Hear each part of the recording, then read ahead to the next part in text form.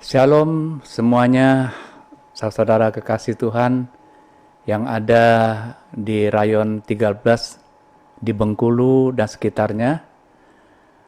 Kita hari ini bisa berjumpa melalui media online dalam ibadah hari Minggu, dan saya berharap berdoa supaya saudara semua dalam keadaan yang baik, pemeliharaan Tuhan yang sempurna terjadi atas kehidupan saudara, dan sehingga saudara pada hari ini bisa menikmati ibadah yang berlangsung ini dengan perjumpaan yang kuat dengan Tuhan dalam hadiratnya, dan kita akan bisa melihat bersama-sama apa yang akan menjadi panduan Tuhan secara khusus bagi gereja Tuhan yang ada di Bengkulu.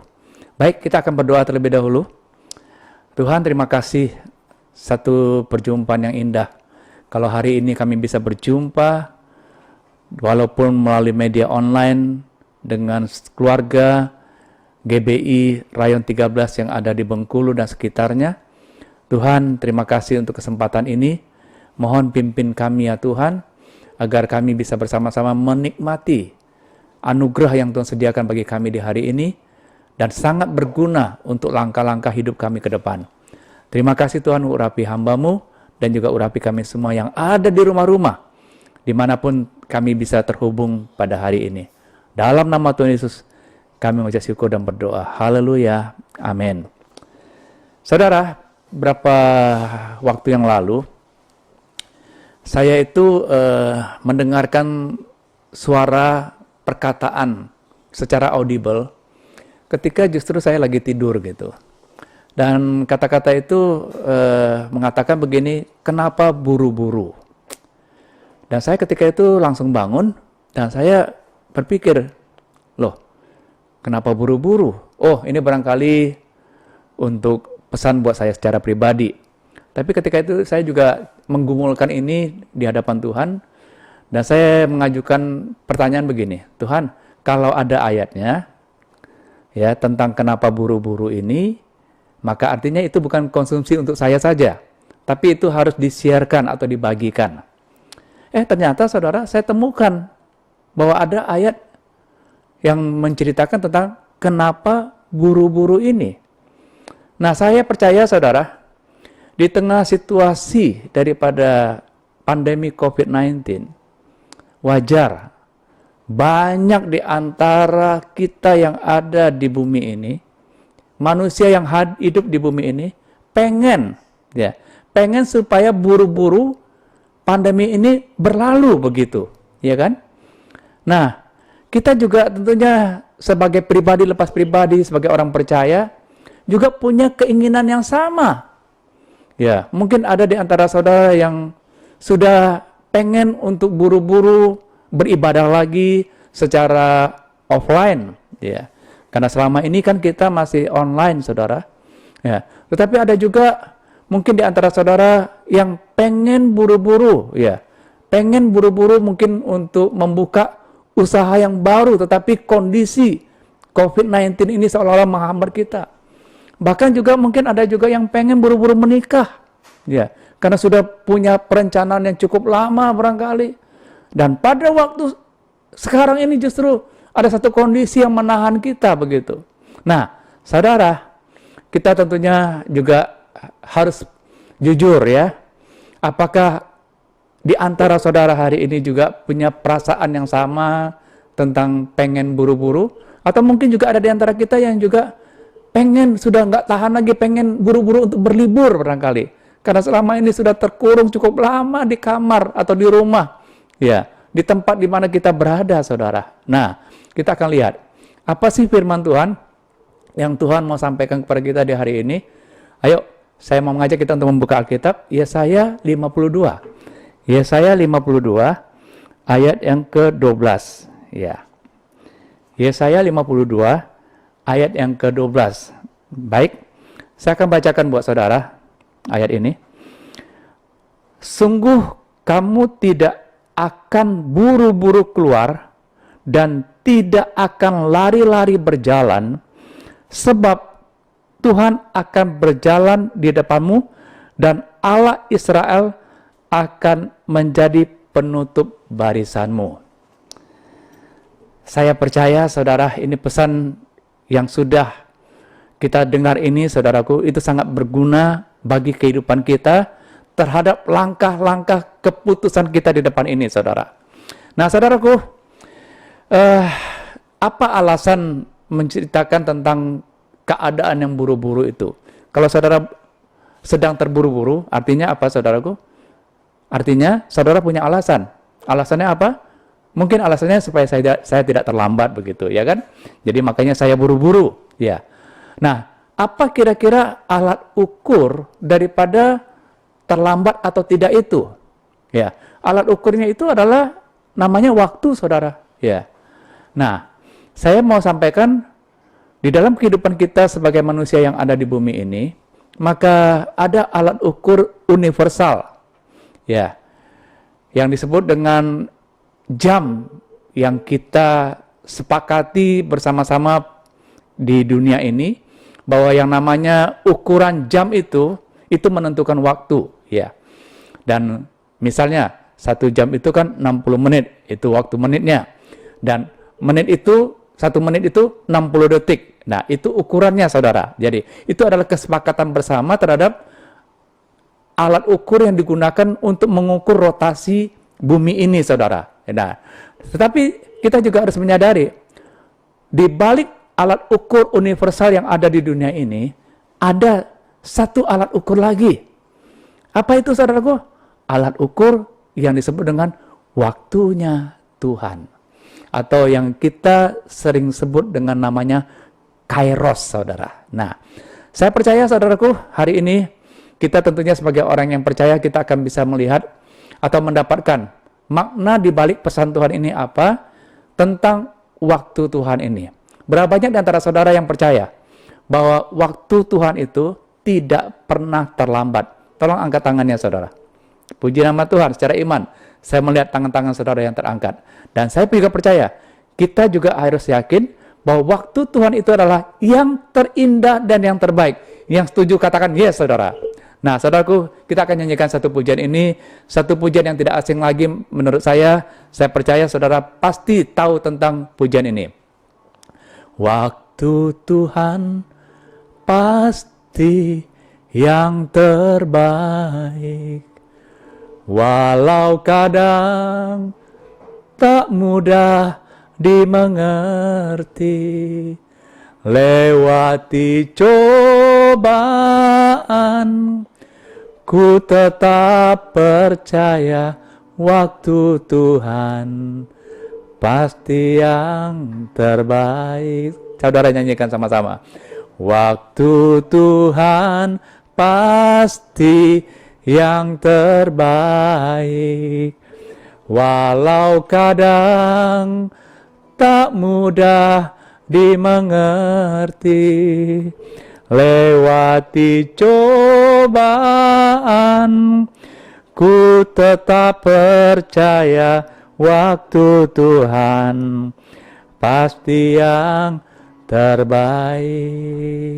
Nah sekarang bagaimana caranya kita bisa memastikan bahwa waktu Tuhan itulah yang akan menjadi alat ukur kita, ya. Dan itu yang kita dapatkan itu pasti yang terbaik. Saudaraku, alat ukur daripada waktu Tuhan ini itu disebut dengan pergerakan Tuhan. Ya, pergerakan Tuhan. Nah, bangsa Israel ya semenjak mereka mengenal Tuhan, maka mereka itu dipandu oleh Tuhan untuk bergerak dengan waktunya Tuhan. Caranya bagaimana? Ketika itu Tuhan mengajarkan untuk bagaimana mereka itu harus melihat pergerakan Tuhan itu melalui tiang awan dan tiang api. Jadi tiang awan pada waktu siang, mereka lihat ketika ada tiang awan itu bergerak, artinya mereka harus bergerak untuk maju mengikuti arahan daripada pergerakan tiang itu. Tapi kalau pada waktu malam, ada namanya tiang api, saudara. Dan mereka juga harus patuh. Mereka ketika itu bersama-sama membawa kemah mereka mengikuti gerakan yang dipandu oleh Tuhan itu sendiri, saudara.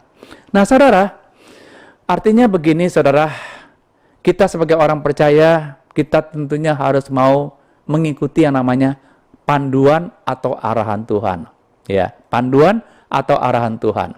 Nah, yang menjadi persoalan lagi saudara, bagaimana saudara bisa tahu atau menjaga ya, ritme gerakan terhadap yang namanya alat ukur Tuhan itu saudara. Ya. Nah saudaraku, Yosua ketika memimpin bangsa Israel, maka ketika itu Yosua juga memberikan inspirasi kepada bangsa Israel yang dipimpinnya itu untuk secara konsisten ya, untuk mau mengikuti yang namanya arahan atau panduan daripada tabut Allah, yang gambaran Allah itu sebagai pemimpin yang ada di depan mereka. Jadi ketika itu Yosua ketika ditugaskan untuk membawa bangsa Israel sampai ke tanah Kanaan atau tanah perjanjian, maka Yosua ketika itu memberikan komando atau aba-aba bagaimana caranya mereka bisa sampai ke tanah Kanaan itu dengan cara mengikuti tabut yang ada di depan mereka. Nah, yang menarik dari cerita ini dikatakan ketika itu Yosua berkata bahwa kamu semuanya harus mengikuti tabut yang diangkat oleh para imam-imam itu, tetapi ada jaraknya. Jaraknya itu apa? Dikatakan 2000 hasta. Jadi antara kamu dengan tabut itu harus ada jarak 2000 hasta. Nah ini kan ukuran saudara. Ini ukuran. Nah barangkali ada di antara kita juga bingung. Kenapa ya dikasih ukuran? Kenapa dikasih ukuran yang namanya 2000 hasta? Jadi artinya gini, ketika pergerakan tabut itu maju 2000 hasta, maka bangsa Israel yang ada di belakang tabut itu harus konsisten untuk mengikuti gerakan itu sebanyak 2000 hasta juga. Jadi jaraknya ketika satu langkah maju, tiga langkah maju, 6 langkah maju untuk jarak 2000 hasta itu, mereka tetap harus konsisten juga itu mengikutinya. Supaya apa? Supaya dikatakan supaya ritme itu tetap terjaga. Dan yang kedua, bangsa Israel akan terus bisa melihat jalan-jalan yang Tuhan berikan kepada mereka, karena dikatakan jalan-jalan Tuhan itu selalu jalan-jalan yang baru. Ya. Jadi Tuhan itu adalah Allah Mahakarya yang punya daya kreasi yang luar biasa, yang sanggup memimpin kita bukan hanya dalam jalan-jalan yang pernah terjadi, tapi dia selalu memberikan kepada kita arahan atau jalan-jalan yang baru setiap kali kita mau dipimpin oleh Tuhan. Yang percaya katakan amin saudara. Nah saudara, yang menjadi persoalan berikutnya lagi saudara, ya, yang menjadi persoalan yang lagi, bagaimana caranya kita bisa konsisten, ya, konsisten untuk mengikuti arahan yang dipimpin oleh Tuhan itu sendiri, saudara. Nah, saya percaya saudara pasti punya pengalaman-pengalaman, ya, pengalaman-pengalaman tertentu yang bisa menjadi model dalam kehidupan saudara. Bagaimana, apakah saudara pernah nggak rasanya menunggu janji Tuhan itu terlalu lama dan saudara bersegera mau mengambil keputusan sendiri? Nah, saya akan mengajak kita untuk bisa melihat kembali dalam Yesaya 52 ini ayat yang ke-12. Ya, Yesaya 52 ayat yang ke-12. Sungguh kamu tidak akan buru-buru keluar dan tidak akan berlari-lari berjalan, sebab Tuhan akan berjalan di depanmu dan Allah Israel akan menjadi penutup barisanmu. Untuk menjaga ritme atau gerakan Tuhan, secara jelas tadi dikatakan begini saudara, ketika kita mau dipimpin oleh Tuhan, maka dikatakan ia akan berjalan di depan kita. Dan tetapi dikatakan kalau kita berlari, ya, maka dikatakan pola ritmenya kan akan berbeda saudara. Orang jalan sama orang lari itu kan beda, ya. Jadi ketika saudara dipimpin Tuhan, Tuhan berjalan di depan kita, saudara pengen lari, artinya kita buru-buru saudara, ya. Nah, inilah pesan yang Tuhan mau sampaikan kepada kita semuanya di tempat di mana saudara berada, agar saudara jangan buru-buru, ya, untuk mengambil sebuah keputusan, apalagi dalam situasi yang serba tidak menentu pada hari-hari ini. Tetapi yang kita ketahui secara pasti bahwa Waktu Tuhan itu adalah yang terbaik.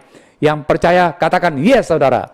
Saudara mau mendapatkan yang terbaik daripada apa yang baik, saudara? Ya. Nah, kita harus konsisten, kita harus setuju bahwa kita mau dipimpin oleh Tuhan yang akan mengajarkan kepada kita tentang ritme atau gerakan tentang waktunya itu, saudara. Saudaraku, bagaimana caranya saudara bisa konsisten untuk bisa mendapatkan gerakan atau ritme arahan Tuhan itu, saudaraku? Secara konsisten itu saya hanya mau katakan kepada saudara, saudara harus tetap bisa terhubung dengan Tuhan.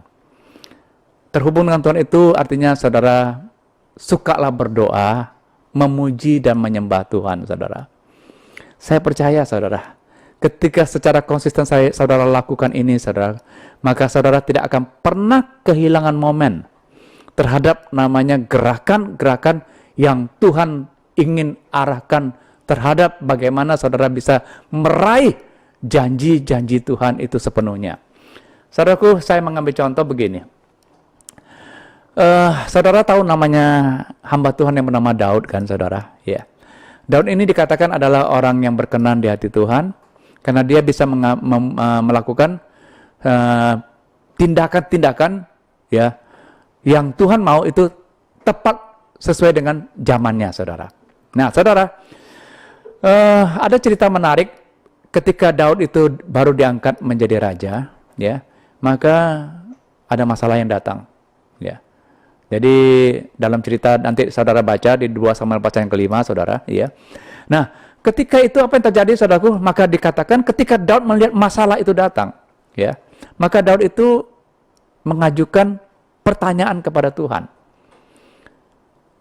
Mengajukan pertanyaan ini artinya Daud membangun komunikasi dengan Tuhan. Dia bertanya, tentunya dia juga mau mendapatkan jawaban Tuhan kan, saudara. Jadi kalau saudara mengajukan pertanyaan tapi saudara nggak mau mendengarkan jawaban, artinya saudara tidak sedang membangun komunikasi, ya. Jadi artinya komunikasi dengan Tuhan lah yang membuat kita bisa konsisten untuk bisa mengikuti yang namanya gerakan, ya, ritme yang Tuhan berikan kepada kita.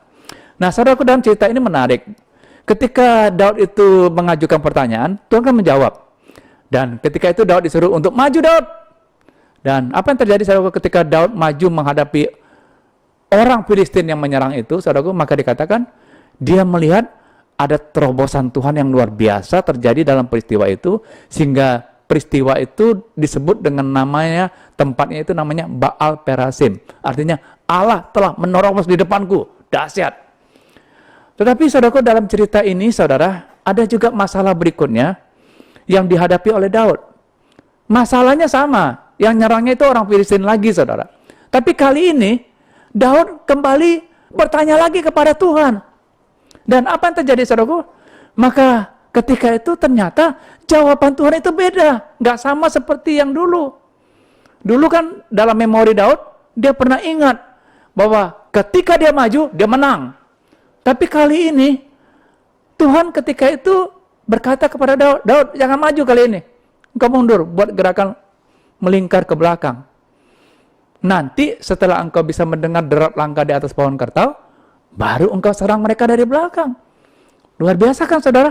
Jadi artinya begini, saudaraku, ritme atau gerakan Tuhan itulah yang disebut dengan momentum, waktu yang Tuhan berikan kepada kita, dan itu adalah yang terbaik. Bukan masalah cepat atau lambatnya. Jadi di awal tadi dikatakan Daud itu disuruh maju. Ya, saya percaya gerakan maju itu berbicara tentang satu percepatan yang luar biasa.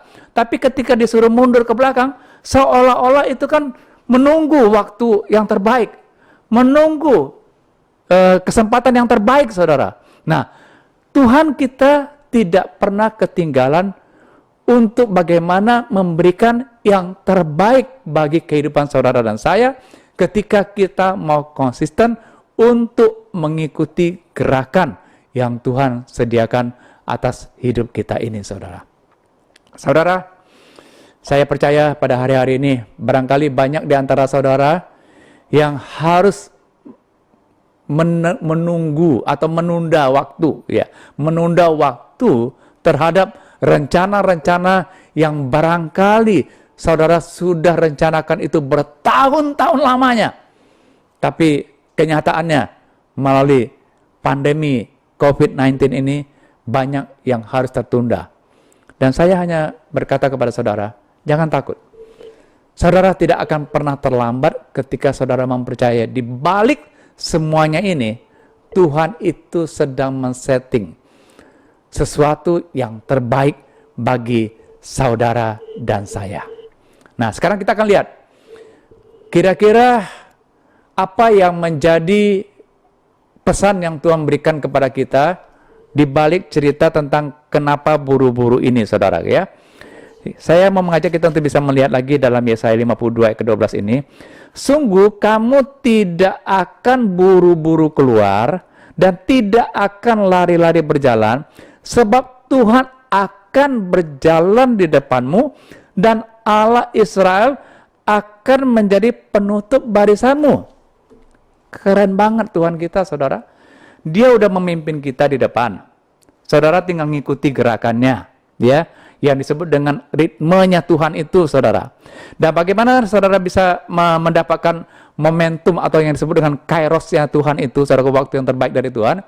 Dikatakan lagi bahwa Tuhan juga akan menjadi penutup barisan belakangmu, saudara.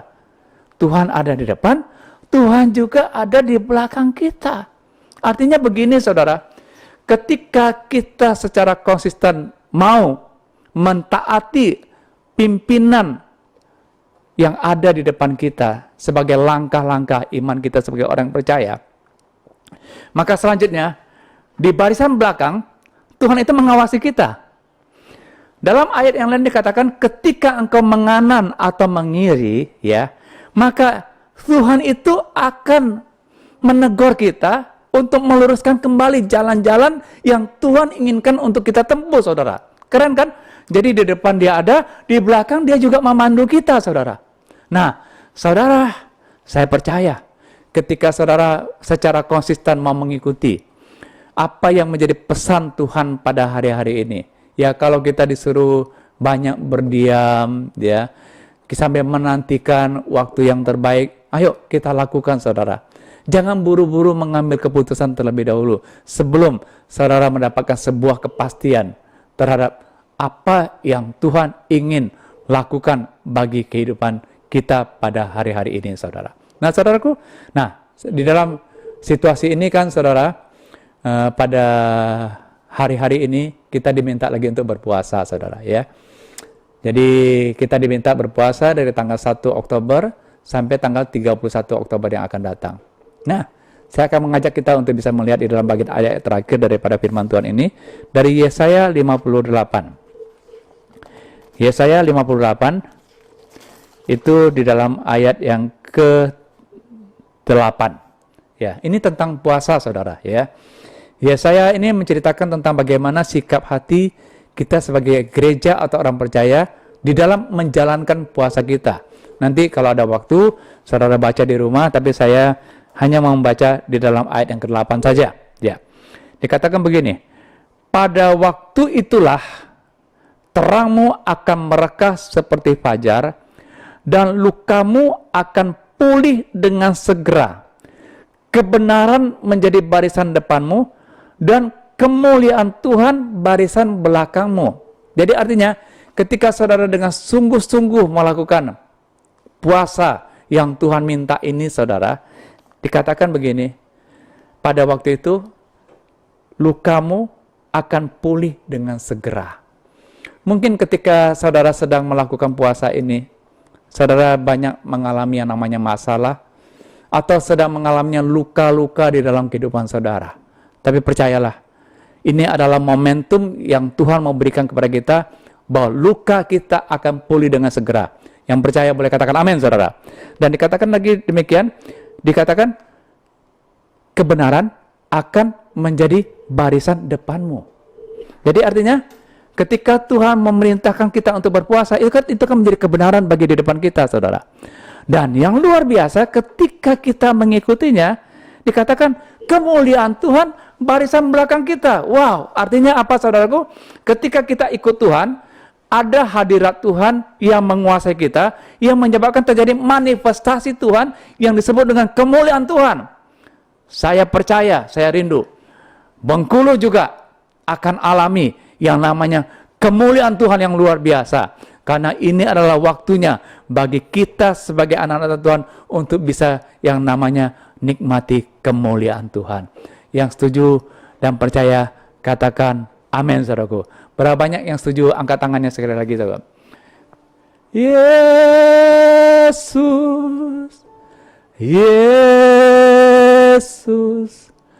Kau berarti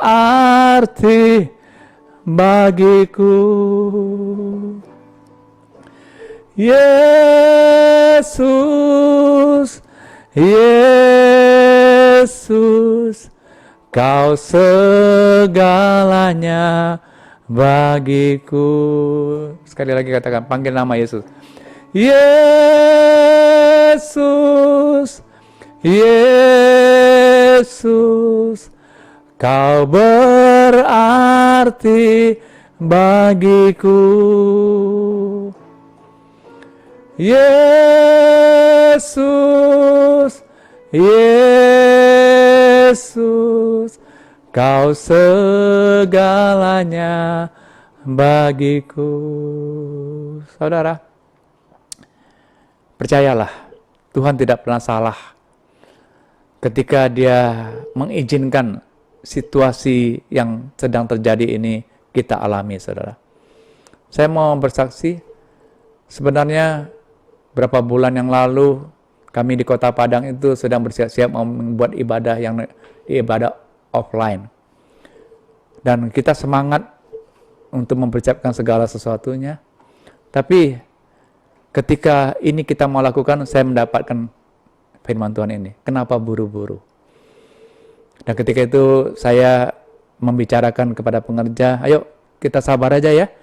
Kita jangan ibadah offline dulu, tapi kita tetap online. Dan benar, tadinya kita berpikir situasi sudah melandai, zona sudah hijau, kenapa kita tidak lakukan itu? Tapi rupanya, hari-hari ini kita baru paham, zona merah sedang terjadi lagi di Kota Padang, saudara. Ya, dan itu membuat saya paham, benar Tuhan. Tuhan ajar kami untuk taat, tidak buru-buru, menantikan Tuhan.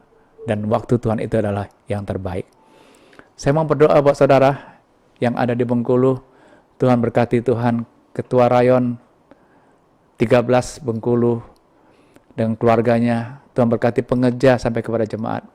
Cabang-cabang dan ranting yang ada di seluruh area kerja daripada Rayon 13 ini Tuhan berkati secara berlimpah. Dan terima kasih Tuhan untuk berkat-berkat Tuhan yang Tuhan sediakan bagi kami semuanya. Setiap kita yang percaya, sama-sama katakan, amin. Saudaraku, pesan saya, mari kita gunakan tetap protokol kesehatan. Jangan lupa, ya, rajin-rajin cuci tangan, ya, jaga jarak, dan jangan lupa juga menggunakan masker, saudara. Tuhan Yesus memberkati.